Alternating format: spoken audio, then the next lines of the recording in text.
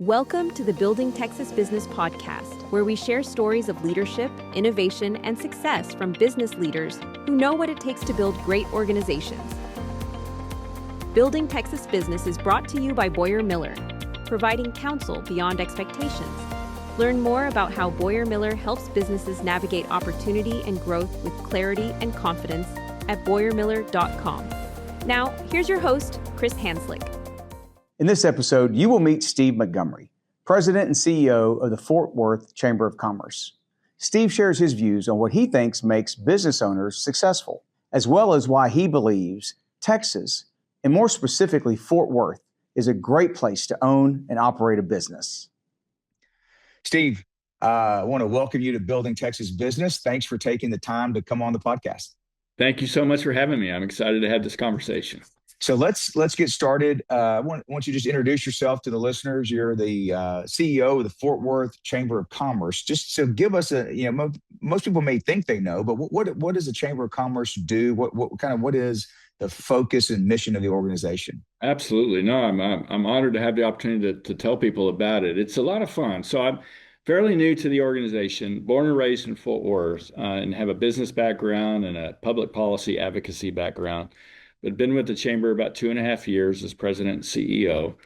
And primarily I took on this role because I'm passionate about the success of Fort Worth business and my community. My fidelity and commitment to Fort Worth runs very deep. And I saw this as a way at this stage in my life and my career to really add value to what I thought would be adding value to my community by helping companies that call Fort Worth home, help them be successful, help them stay here, and keep Fort Worth competitive in terms of being able to attract companies to move to Fort Worth. But those that call Fort Worth home, how can we advocate for them? How can we help them connect with one another, with customers, with suppliers and vendors, to grow their business? And how do we create an environment, regulatory environment, legal environment by which companies can thrive in Fort Worth? And that's the mission of the Chamber, is to advocate, is to convene, to engage with companies, retention and expansion, as we call it, retaining companies in Fort Worth and helping them grow.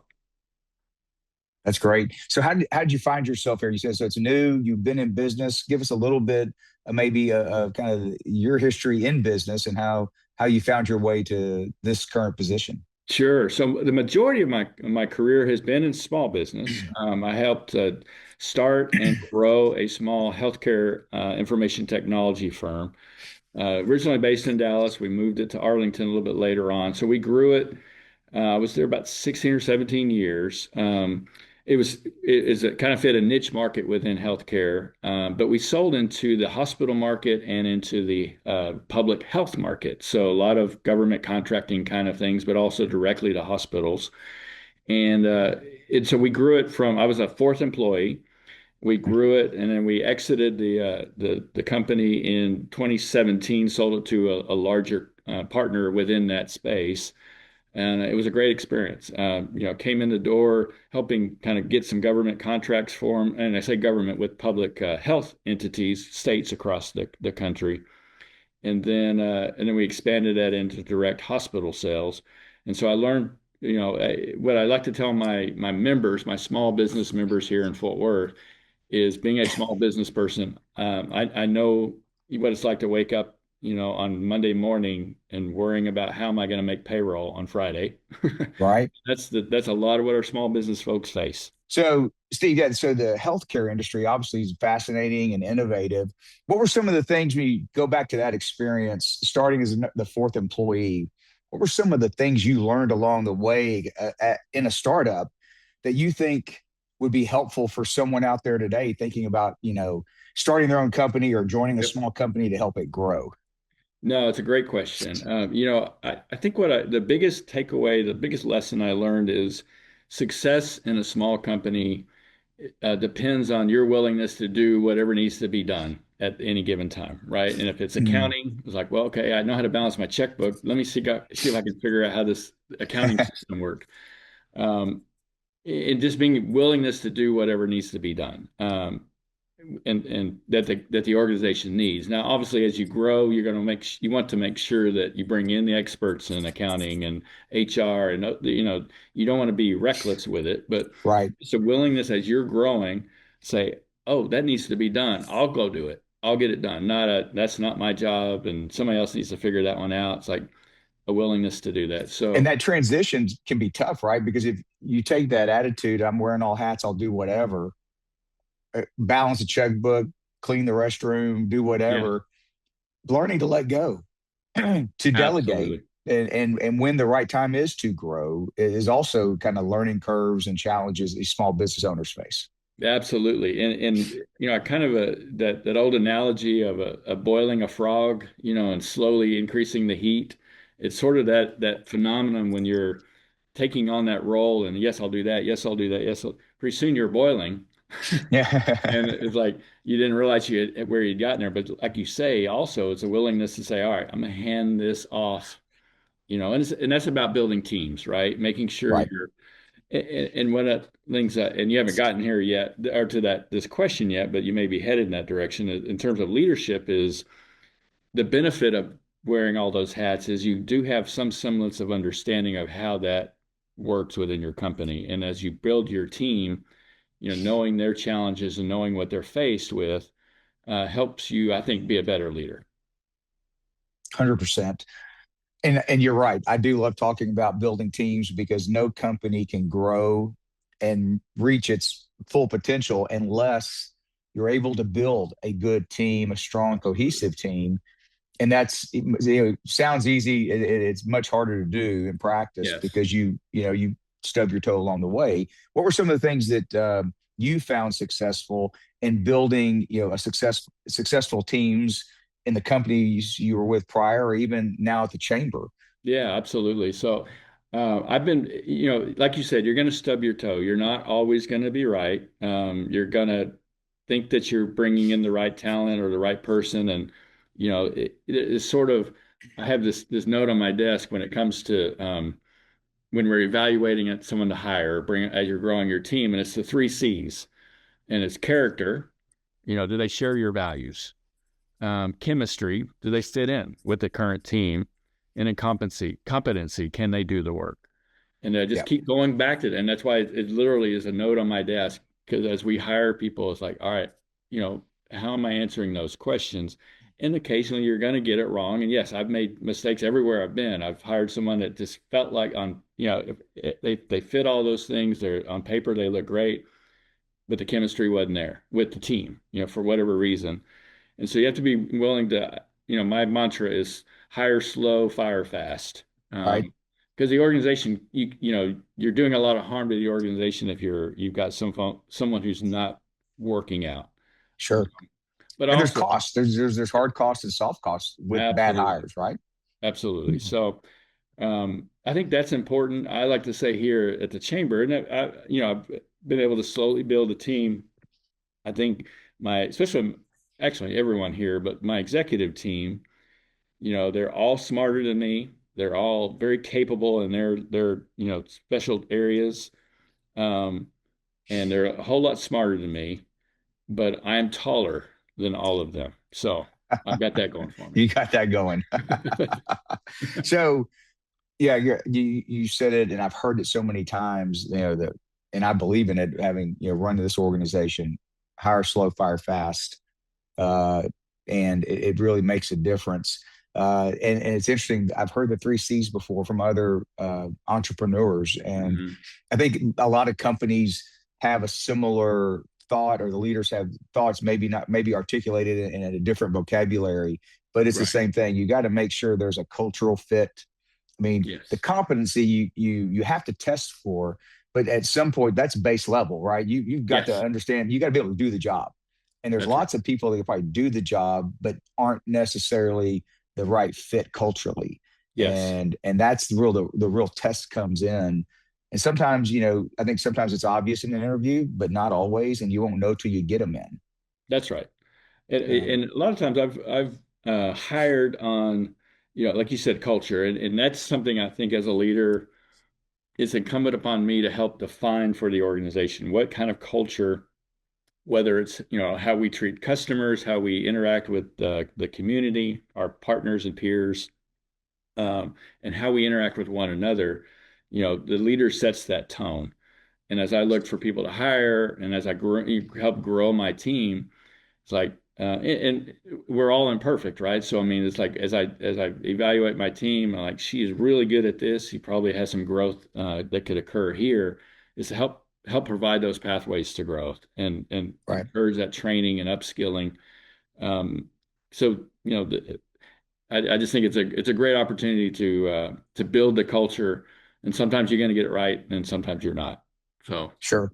Yeah, that's right. And I think we're all probably our own worst critic. We're a little bit too hard on ourselves at times. We got to learn, hey, yeah, learn to me, as you want to encourage your people to have some autonomy and push themselves so that they don't have a fear of making a mistake. To right. me, we're not perfect. It's going to happen. Just learn from it. Yes. Let's not make the same mistake twice. That's right. Certainly not 3 times. Right. So that's great. Let's turn back kind of the Fort Worth and the role of the chamber. Yeah. What are some of the kind of maybe the trends you're seeing that you believe are kind of emerging trends that are going to be attractive to businesses to be in your area? Absolutely. So, Fort Worth is really having a moment, and I mean that in a real positive way. We've got some great leadership here in terms of, our mayor is phenomenal. She's a unique talent. And I've been watching, political leaders for most of my career, and she is truly a unique talent. And we're very blessed and fortunate to have her leadership in terms of the civic political leadership locally. But Fort Worth is we just emerged, or we just crested 1 million people, which a lot of people don't realize that we are the 10th largest. We just passed Jacksonville, Florida. Okay. And so we're the 10th largest city in the United States. And uniquely, Dallas, our friends to the east, as I like to say, are downriver of us, are, they're ninth largest city in the country, but they're mostly built out, right? I mean, they don't have a lot of room to grow within Dallas proper. But Fort Worth is 350 square miles of land, of area, half of which is not yet developed. So we've got enormous growth opportunities. We're uniquely situated in the logistics world, we're uniquely situated strategically, geographically. We've got great infrastructure in terms of our airport. We got, growing workforce. We've got phenomenal higher education entities and a great community college. So we've got a lot of those really phenomenal assets to leverage our growth. We're a community of, I would say, I don't want to be cliche about it, but we try to find yes. So if a company wants to grow here, wants to establish itself or move here, our answer is yes. How do we make it work? And while there's always room for improvement and processes and all, I think Fort Worth, the attitude, the mindset is yes. How do we make it work here? Which is not shared across the country in terms of community leadership. And so I see a lot of that. I see a lot of people voting with their feet because we're the fastest growing large city in the country. So people voting with their feet and relocating here, not just to Texas, but to Fort Worth, Texas. And then, like I said, we've got room to grow. Yeah. Well, I could say personally, as an SMU alum, I love hearing you refer to TCU as a community college.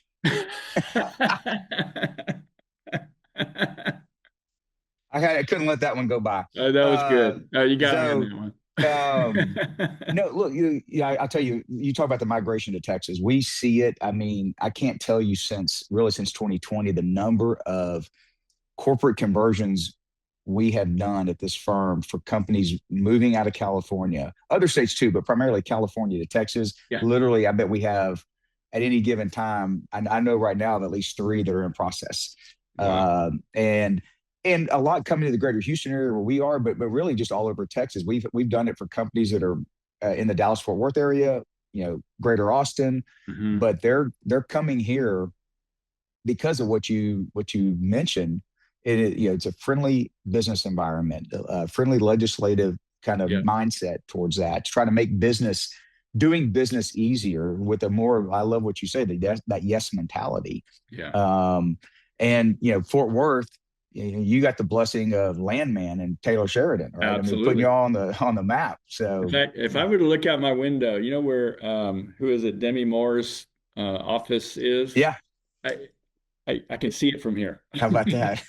But you're right. I mean, that, if you think about the brand of Dallas, and I love to tease Dallas, but I've plenty of good friends over there, and it's a great place. But I mean, they benefited from the Dallas Cowboys. They benefited from the TV show, and that's sort of that international brand of Dallas, which is phenomenal.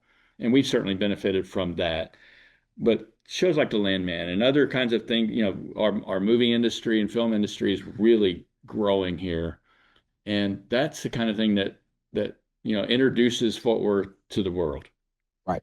And people do, like you talk about people coming from California and others. And I meet them all the time, and I ask them, well, how was the transition? The cultural transition. And without fail, people love it. They love it here. Once they get here and go, wow, y'all have a phenomenal museums, that y'all have a phenomenal zoo, great, restaurants, great quality of life, wonderful neighborhoods, all the things that people care about quality of life. We've got it here. We don't necessarily have, great mountains, but we've got, Yeah. great places to live. And so when you get here, you're like, okay, I get it. This is Yeah. like we were talking earlier about authenticity. I think that's a distinguishing feature of Fort Worth is that authentic sort of relational way that we do business. Yeah. I love that. So innovation plays a key in any industry at certain points in time.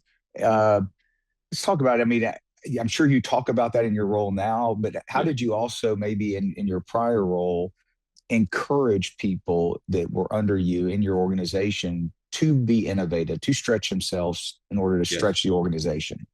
I think,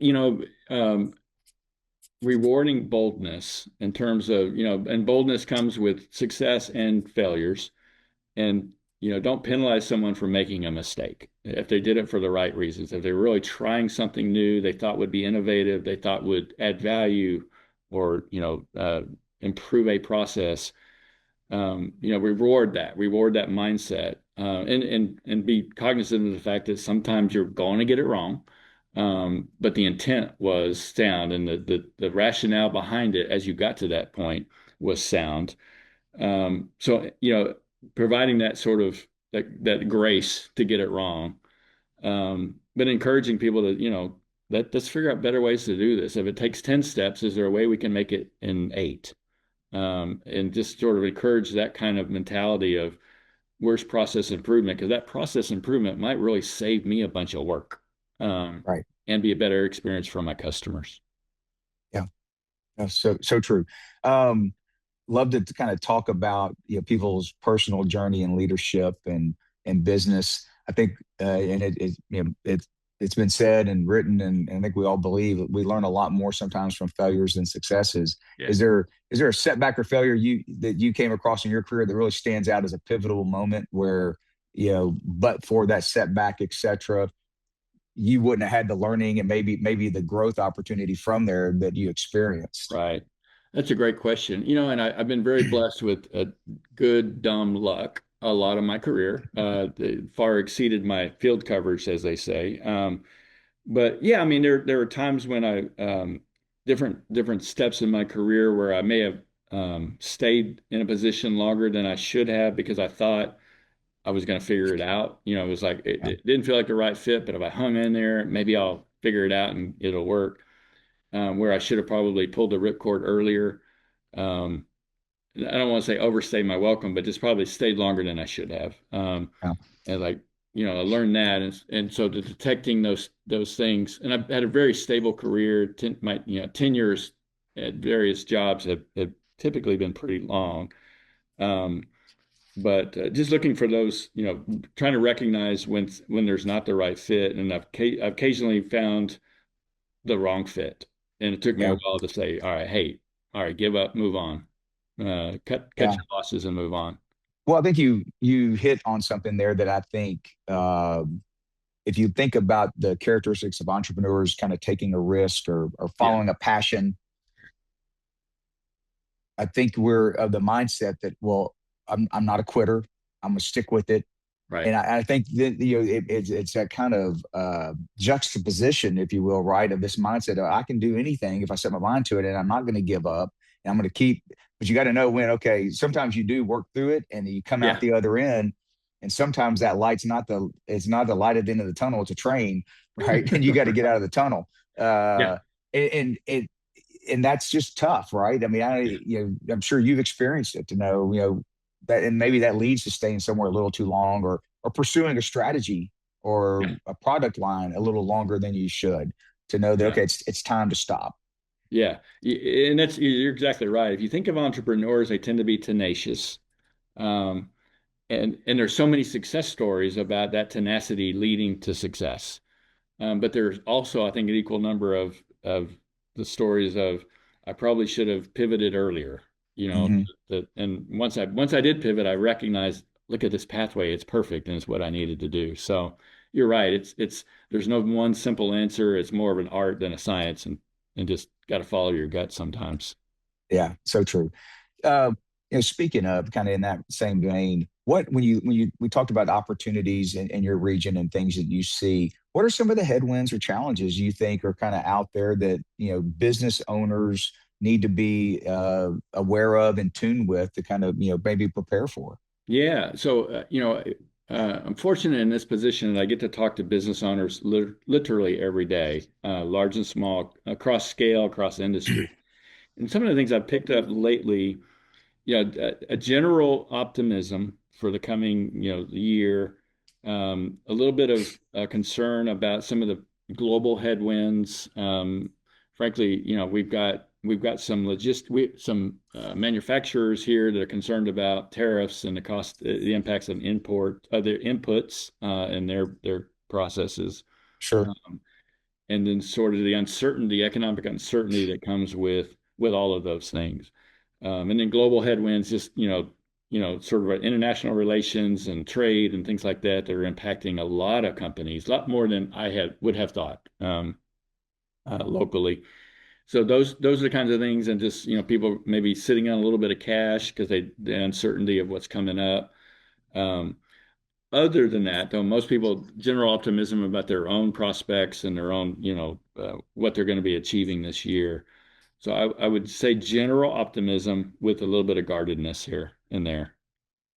I would say that's pretty consistent with what I've been hearing, Is it? probably for the last, going back to the beginning of 24, right? I think Yeah. obviously it was a lot of up and down with again, a lot of it's fueled by the tariffs that were going to come and didn't come. And Right. I think people are starting to learn to maybe tune that noise out a little bit, and Yep. know that they're maybe not overreact too soon. But I feel like there's some cautious optimism. Uh, and I think the overall Texas markets, because of the things we've already talked about, driving business here. Yeah. There's a lot around energy, whether it's traditional or alternatives. Yep. Obviously, transportation, logistics. Here in Houston, we have the port, and I know y'all are, you in the Metroplex, kind of a centralized point for the country. Right. I think those are all fundamentals that are sustainable given where the economy's going. Uh, Yes. and so I think that bodes well for people that want to start a business in Texas or want to grow a business in Texas. Absolutely. Yeah. I think all those things you mentioned, our location, our regulatory environment, it makes, I think, our statewide economy, and certainly local Houston and Fort Worth and others, more resilient. There's a resiliency to those other fluctuations, the national fluctuations and global fluctuations. We seem to be a little bit more insulated from those, but not totally. So, Yeah. So you were just talking, and a question I hadn't thought of until just now was how much, because Texas is a very proud state. You and I both proud Texans. And then we have, the Houstonians are pretty proud, as are Dallas and Fort Worth and Austin. right. We all, proud of our own territory.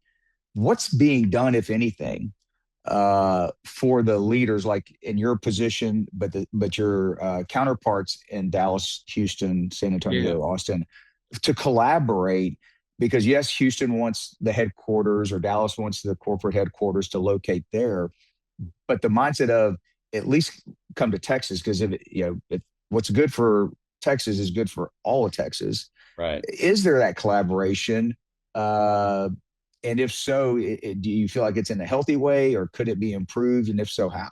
Right. No, it's a great question. So I think yes, there's collaboration. In some levels, we're competitors, right? I mean, I would Sure. rather XYZ company come to Fort Worth and to Dallas or Houston or Austin. Um, so on some levels, we're competing, Of and that course. even peer to peer, and even we're competing sometimes with our non-peers. It's just sort of how that goes. But uh, definitely collaborations in terms of what chambers do. The Greater Houston Partnership, I've worked with those folks a lot. The Dallas Regional Chamber, all the big city chambers. There's a group called Metro 8, and that's the largest kind of chambers, the city's metro chambers in the state. Okay. And we collaborate routinely on public policy issues. There's a lot of alignment. There might be something special for the oil industry or shipping that Houston might say, all right, we're tailoring this one for us. But generally speaking, we have a lot of alignment policy wise. What's good for Fort Worth is good for Houston, which is good for Austin. And so we try to speak as a larger unified voice on those kinds of issues because we can get the attention of our local legislative delegations and say this is important for Fort Worth businesses, this is important for Houston businesses, and build those coalitions and to either prevent bad bills from getting passed or getting good bills passed. Yeah. So a lot of good collaboration there, and then the state economic development infrastructure at the state level is really good, and they're kind of a central point for a lot of companies that want to move to Texas. We'll contact them, and then they'll alert all of us and say, hey, this company is looking at Texas. Y'all approach them and make your pitch. Yeah. Well, that's good to hear. I mean, I'm not surprised, but you don't really hear, in just the general day-to-day business world, you don't hear a lot about that. But Right. I kind of assumed it had to be going on at some level. Yes. And again, it's delicate because there is a competition plus a collaboration. So Yeah. I'm sure it makes it, very interesting. But that's good to hear, and I think that certainly leads to and has resulted in a lot of the success Texas has seen I think so. Yeah. And the economically. more unified and on the same page we can be, the easier it is for the legislators too to say, all right, here's where business Yeah, is. Here's where Texas business is. yeah, yeah. So true. So going back to your new position at the chamber, when you took over, kind of what were some of the things that you felt like that you've done to kind of implement maybe your way, Yeah. whether it's subtle cultural, maybe not subtle cultural, but cultural changes or implementations that you felt like you know you have implemented, and maybe some of the challenges in doing that as the Sure. kind of the new incoming CEO. Yeah, that I would say in a couple areas. One is a return to focus on smaller business. Fort Worth is still, I mentioned, we're blessed with some Fortune 500s, but most of our business profile is small and mid market. And so having the Fort Worth Chamber focusing on those smaller members, the American Airlineses of the world want us to focus on, success of the local businesses. And so that's why they invest as they do in us. Yeah, And they want us to follow that mission. How do we support and growing local businesses? So one of the things I've done since I've been here is redirecting our focus on that. And some communities are different. Dallas is a little bit different. They've got a lot of Fortune 500, so their chamber tends to focus more on the big plays with the big players, which is great and it works for them. That doesn't work in Fort Worth. And so what I've done here is returning that focus, and having been a small business owner, I think I bring some credibility to that conversation. I truly can sit across the table from a small business owner and say, I sat in your chair and I yeah, know the stress you're under. Um, and so that was one thing. And then on the advocacy side, that was a large piece of my background on policy advocacy. And so we've grown our advocacy on the local level in terms of just fixing people's problems. A company wants to grow their footprint, and they're trying to get permits and certificates of occupancy and doing all the things that everyday businesses have to deal with from the city. And so how do we help solve some of those problems? Somebody's permit is stuck on somebody's desk. How do we get it moved down in the process? And so leveraging those relationships and doing those kinds of things. So business advocacy and then policy advocacy, like I mentioned, whether it's an ordinance or a law that's being considered, making sure we're weighing in and impacting the outcomes. Very good. Yeah, looking back over your experience in your career and what you're doing now, how would you describe that the Texas entrepreneurial spirit? It's robust. It's really robust. If I Yeah. was thinking of a word, I mean, it's just, and I will tell you one of my favorite parts about this gig is, and I grew up here, so I feel like I know a lot about Fort Worth, and I do, but what the favorite part about it is how much I've learned about Fort Worth. And my favorite experiences is going to a business owner, going to a business's location and talking about how they do, what's their unique, process, what's their secret sauce, so to speak, and then say, give me the shop tour. And someone who's built a company, an entrepreneur who's built a company, if they're giving you the shop tour, here's what I built, to see the passion, see the energy, see the pride of what they've built and showing it off. It's Yeah. such an incredible experience, and I love It's that. it's funny you say that because we talk about that here. I think with our clients, one of the best things we can do is go to their office and Yes, and get to see more than just the people we deal with on a regular basis. Their team, maybe we've heard of a name, but then doing a tour and letting yeah, them show us their home. And yeah, it's powerful. It's fun to see because, like I said, everyone has a unique story. It's kind of yeah, the origin of this podcast, as I was mentioning to you, was the entrepreneurial spirit is so unique and so cool. When you're around it, it's infectious. yeah, And why not create a forum to let entrepreneurs tell their story?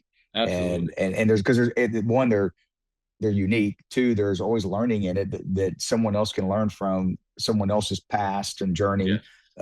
And so it's cool to hear you say that. Yeah, you are in a unique seat because that's kind of your job every day, right? Yeah, and like you said, I insist on going out to their place of business. They always say, "Oh, I'll come downtown or come to," no, I'd Yeah. love to come meet you in your office and get the shop tour. And like you said, learn. Just you learn so much Yeah. doing that. That's wonderful. Well, let's as we wrap up, let's just talk a couple kind of just personal questions. So, Yeah. what is one of your favorite Texas or Fort Worth traditions? I love the stock show rodeo. Did Uh, y'all just we, wrapped up? we just wrapped up 23 days. And I grew up going to those. I think I went to 6 rodeos this year. We buy tickets and take our Mhm. members and do a lot of entertaining at these things. But it's so much fun. I Yeah. really, really enjoy it. My wife enjoys it. That's probably my Fort Worth tradition that I love, and also love more broadly that the Texas OU. I'm a Okay. Longhorn, Okay. so Texas OU weekends one of my favorite traditions as well. So you go east for that. I do. I do. I've got two Sooners. I have two daughters. They're both Sooners. So And you let them go to OU? yeah, I didn't have a choice. That's where they went. Yeah, I know. Grew up obviously, not understanding the north of the Red River side of it. Now deeply crimson and cream in our family. At least you didn't Uh, let them go to Aggie Land. yeah. Well, I didn't tell you I grew up in Bryan, so I got a lot of Oh. Aggies in my family too. Good thing I waited till the end. You wouldn't have come on this That's podcast. right. Well, yeah, I expected you might say the Fort Worth Stock Show, and yeah, we're on the eve of the Houston Livestock Show and Yeah, Rodeo here, yeah, and so similar, Texas tradition, heritage celebrations, and yes, we're definitely looking forward to that. Um, okay, last question: do you yeah. prefer Tex-Mex or barbecue?